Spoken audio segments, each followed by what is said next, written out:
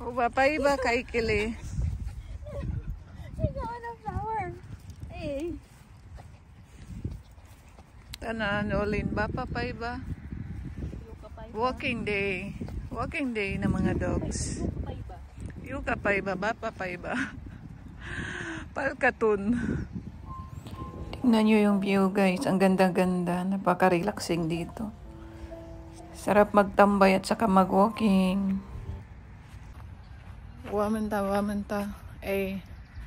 Not kilon. Oxito ista. Uba pay ba? Uba pay ba kay Kili? Tanaan ulin. Bapa pay ba? Bapa pay ba? Palkatun. Andito kami sa Yerben Ranta sa lake. So pag-uusapan natin ngayon yung ano. Ganda ng view ko. Pag-uusapan natin yung ano ba yung daily routine ko sa nursing home, sa workplace. Alam niyo guys, sa totoo lang, ang mababait ng mga matatanda dito. Saka ano sila, magalang din.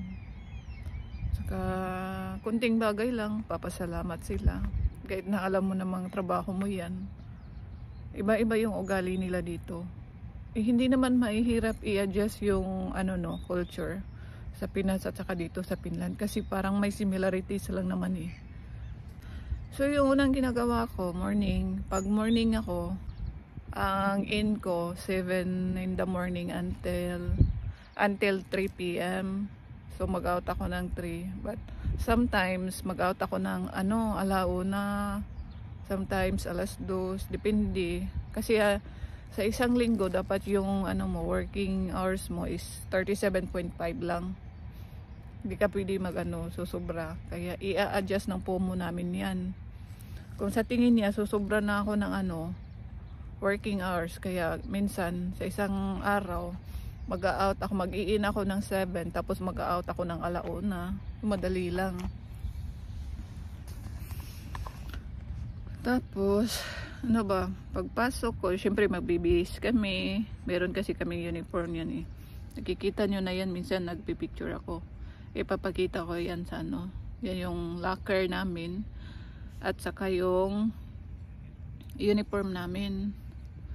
So pagpasok ko niyan sa morning, yung iba, yung mga kasama ko, so kunwari 7 yung in, yung mga kasama ko 6:50 pa darating. Ako mga ano, minsan 6:30 nandun ako sa workplace kasi gumagawa ko ng coffee. Yung coffee na yan, yung first coffee nga binobrew ko is para sa amin mga hoytaya. Kasi meron kaming ano eh, meeting, meron tinatawag na palaberi. Yung night hoytaya, magre-report siya sa amin kung ano nangyari. Magre-report siya sa amin ng mga morning hoytaya. Yun. So habang may meeting kami or nagpapalaberi, umiinom kami ng coffee. So after ng palaberi, after ng meeting, gumagawa ko ng sandwich at saka another coffee para na sa mga residents. Sa mga asukas tawag sa mga residents. Sulky! So andito ako nakatambay.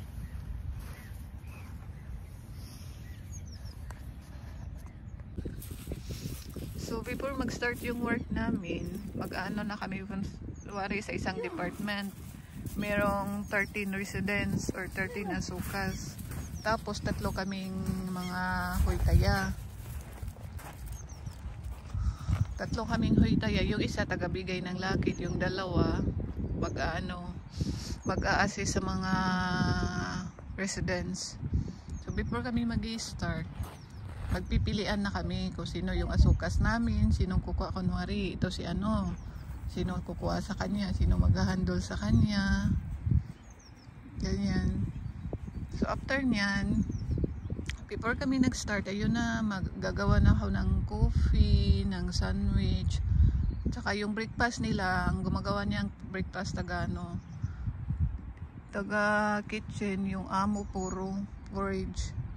Yun yung breakfast nila, masarap yun. Natikman ko na kasi yun, pero masarap siya. Lalagyan ng ng kisili. So ang gagawin namin, merong nagtatanong, anong gagawin nyo? Ano yung mga assist na mga ginagawa nyo, tulong sa asukal?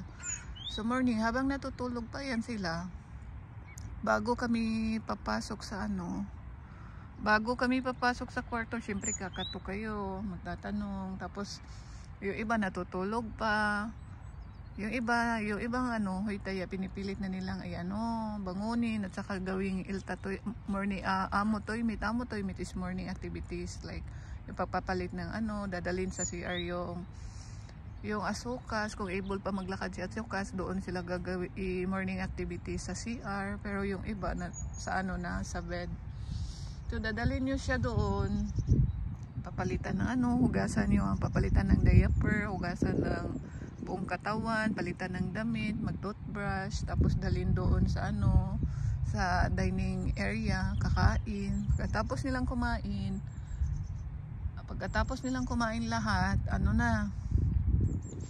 lalagay nyo sila sa day room, kung saan sila nakaupo lahat, manonood ng TV, tapos gagawa ka ng kunting activities, like may nakalista yan like today, ang activities today is heart house is depende kung anong gagawin mo, yung magbabasa ka ba sa kanila ng like Bible, or magpapamisa ka ng mga bang mass yan, yung pang church na na mga songs, yung parang ganyan, or di man so ayun guys, dadalhin sila sa labas, mag-walking, magtambay doon pag may araw. Pag may araw, itatambay nyo sila. Yun. Saka naman, meron ding mga syempre, naintindihan natin yung mga iba, mga aggressive na, but hindi naman sila talaga mag-aggressive. Yung parang lang sila na ayaw lang nila nang gawin yung mga morning wash, ayaw nilang ganyan, kasi malamig, at saka pero kailangan mo lang silang kausapin, ganyan. Tapos paintindi mo, kailangan mong palit, ganyan, or yung diaper kailangan natin palitan kasi basa na, may poop, yung ganyan. Minsan aayaw yan sila, pero nagikinig rin naman sila kung paintindi mo lang ng maayos. Oo, minsan may iba nagdadambog, nagsasalita ng yung mga satan na yung mga pangit, pero intindihin nyo na lang, matanda na sila at saka in pain sila, yung ganun. Darating din tayo dyan. So giging okay naman lahat so far no, the 1 year and 3 months na ako dito, mababait sila so far. At saka yung mga ka-workmate ko, yung mga Finnish, mababait din sila, pero yun nga lang, hindi lang naman siguro sa culture yan. Meron din naman sa Pinoy yung mga tamad. Yung nakita mo, masipag yung kasama mo, sila parang nakaupo na lang. Pero at least, ang nakaganda lang doon sa kanila, kahit ganun sila, na-appreciate kanila. Nagpapasalamat sila sa iyo. Ganyan. Unlike sa atin, kaupo na nga palagi, paipal pa. Yun ang pinagkaiba. So, hindi ako nagsisisi na pumunta ako dito, nag-work. Sobra thankful tayo, no, na nakapunta tayo dito. Nakuha ko na yung partner ko, yung 2 dogs namin. Tapos maganda pa yung yung workplace ko, mababait naman sila, ganyan. Tapos yung sahod okay naman. Ngayon nilalamig na ako. Actually, kung na ngayon, di na sana malamig, kaya lang dito medyo mahangin ng konti, kaya medyo malamig. Yung iba nga nagti-t-shirt na lang. Walang ngayon, today is Thursday, so walang pasok ngayon. Maraming naglalakad dito sa sa lake. So ayun guys, yun lang, mag-a-assist kami sa mga asukas, tapos yung mga activities.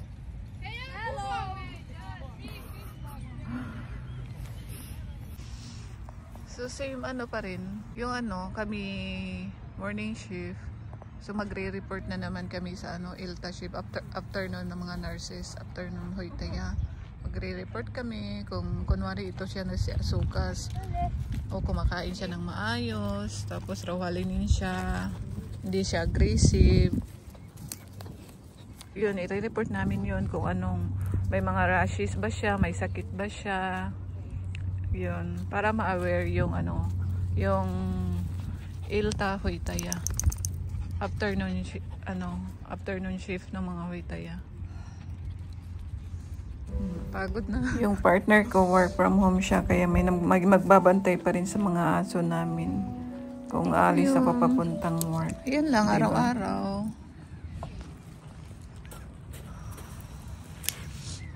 At saka about naman sa work, yung ano, yung mabibigat ba, yung mga ano, bedridden, hindi siya mabigat.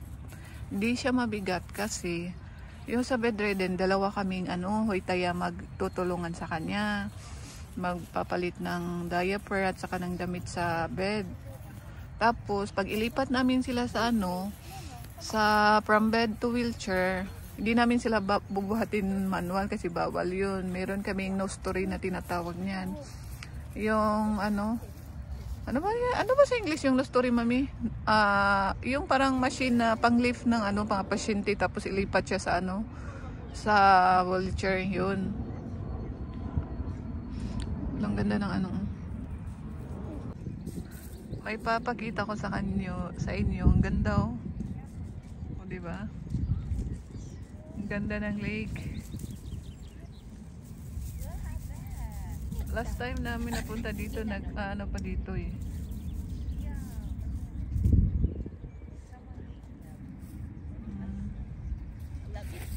I love it. Before the lake is frozen now is pwede na mo maligo dito. Yun lang, bye bye. Hipa, sulki hipa. Kitos pa yun. Kitos, nahadantas.